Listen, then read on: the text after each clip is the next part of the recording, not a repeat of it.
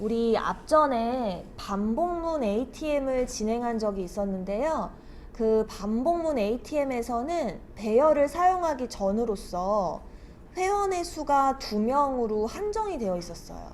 그래서 2명 안에서 입금도 하고 출금도 하고 이체도 했다라면 지금 이 배열 개념 5의 ATM 예제는 회원 수를 배열에 저장함으로써 최대 5명까지 저장할 수 있는 형태로 진행을 해봤습니다.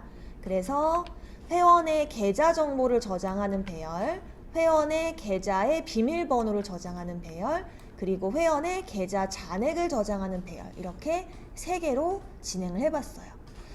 지금 딱 이걸 보는 순간 우리 앞전에 배열, 추가, 수정, 삭제를 진행했던 예제랑 똑같다는 걸 느끼실 거예요. 네. 그래서 여기에 회원 가입, 탈퇴가 바로 회원 가입이 추가고 탈퇴가 삭제 예제입니다.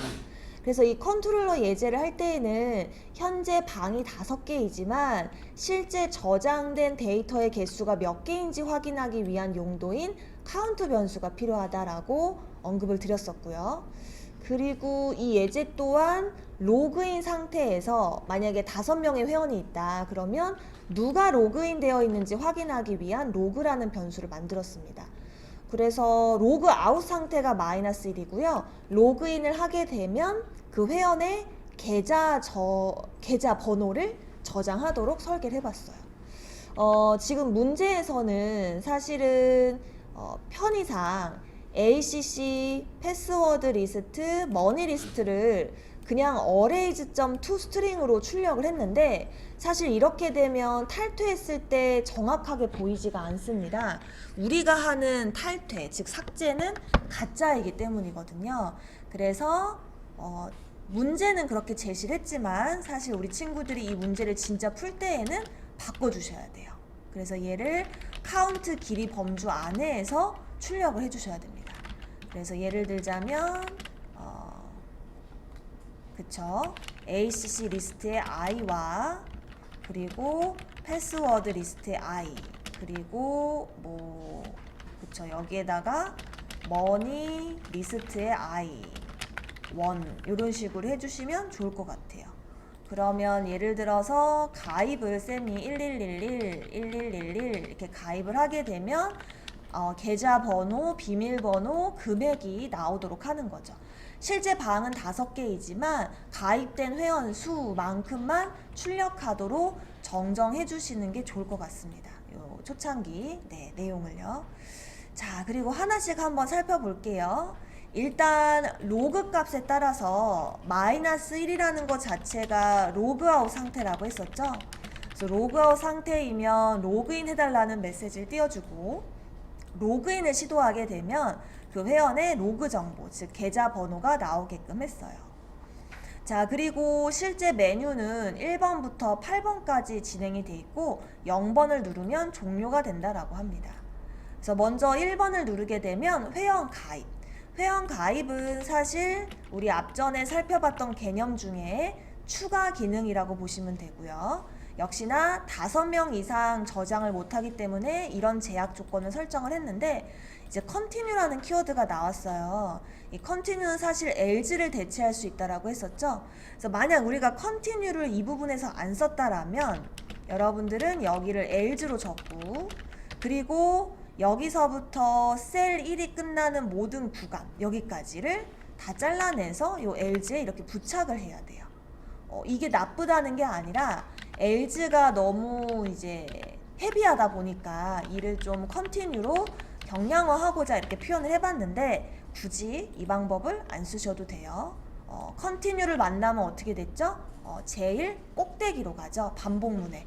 그래서 continue를 만나는 순간 아래에 가입을 진행을 못하고 저 위에 while to로 이동을 하는 거예요.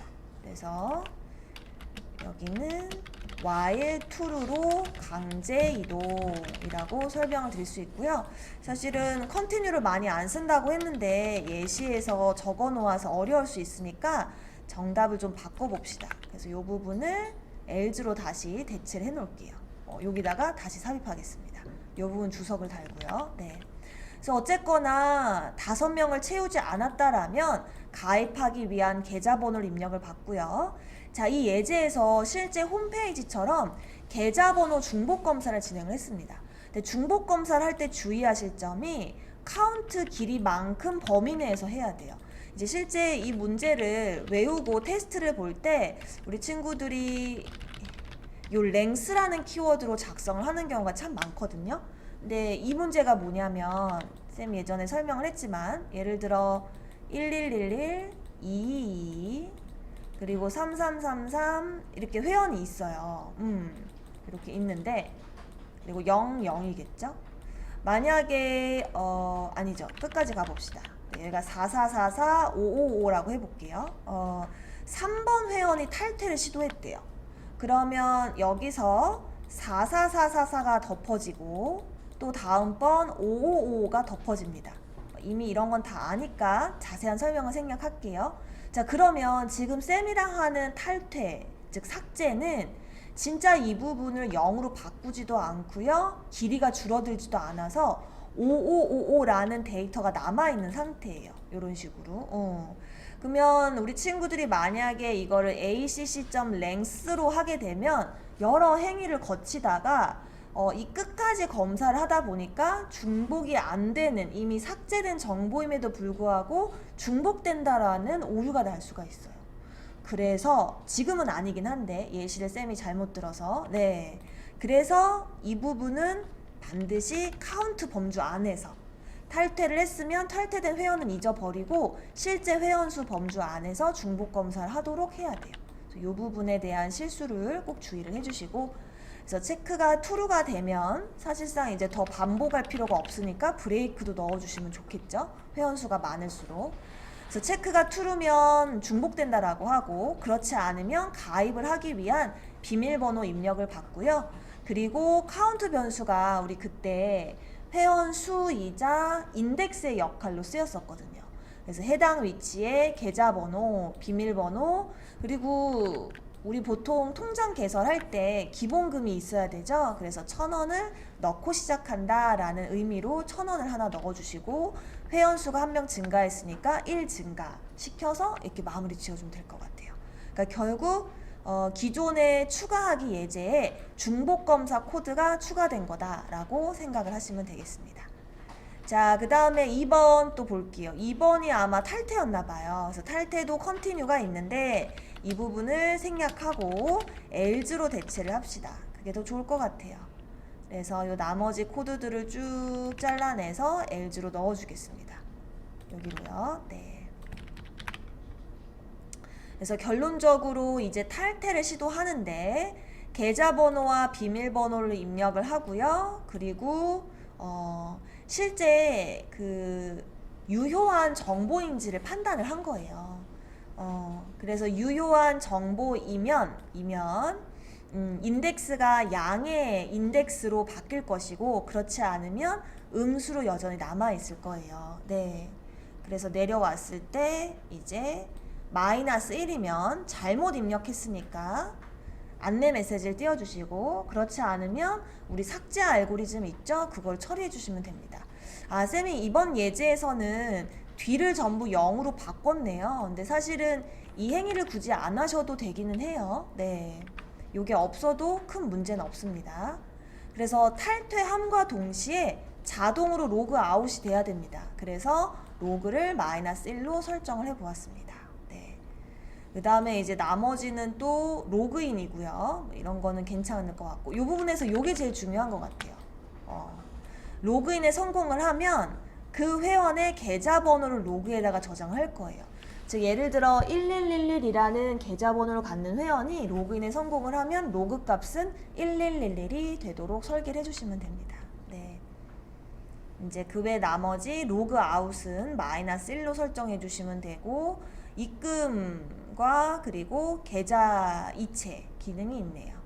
그래서 입금의 경우에는 이제 잘 생각해 볼게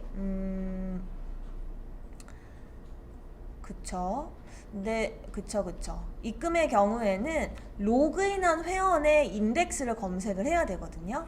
그래서 앞서 소개한 대로 로그인한 회원의 계좌번호를 로그가 갖고 있기 때문에 ACC 리스트에서 로그인한 회원 정보와 계좌번호가 일치하는 회원의 인덱스를 얼른 저장을 해서 그 로그인한 회원의 계좌 잔액을 입력한 숫자만큼 증가시켜 주시면 되겠죠. 네.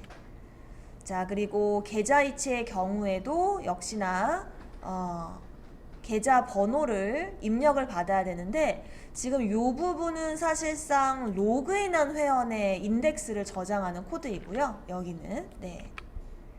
여기의 인덱스는 계좌를 입력을 받아서 보낼 사람의 인덱스를 저장한다고 보시면 돼요.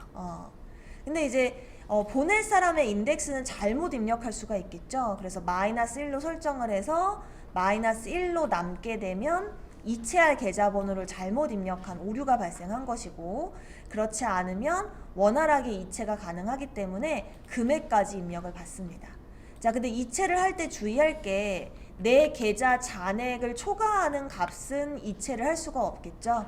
그래서 위에서 인덱스라는 변수에 로그인한 회원의 계좌의 위치를 저장을 했어요. 그래서 방금 사용자가 입력한 돈보다 계좌 잔액이 더 클 때에만 거래가 성립이 되고, 그렇지 않으면 계좌 잔액이 부족합니다 라고 처리를 해주시면 되겠습니다. 사실은 이제 좀 더 쉬운 코드로도 또는 단순화해서 반복되는 구조를 바꿀 수도 있는데, 이 ATM 예제는 일부러 while문 안에 if, 또 if 안에 if, 또 if 안에 포문, 포문 안에 if, 이렇게 좀 뭔가 레벨이 계속 나뉘면서 들여쓰기가 굉장히 많이 들어가요. 이런 복잡한 중괄호 구조를 우리 친구들이 연습했으면 하는 바람에서 뭔가 효율성보다는 조금 복잡하고 까다롭게 이제 문제를 구현한 거라 그 부분을 참고해서 네, 풀이를 해주시면 좋을 것 같습니다. 네.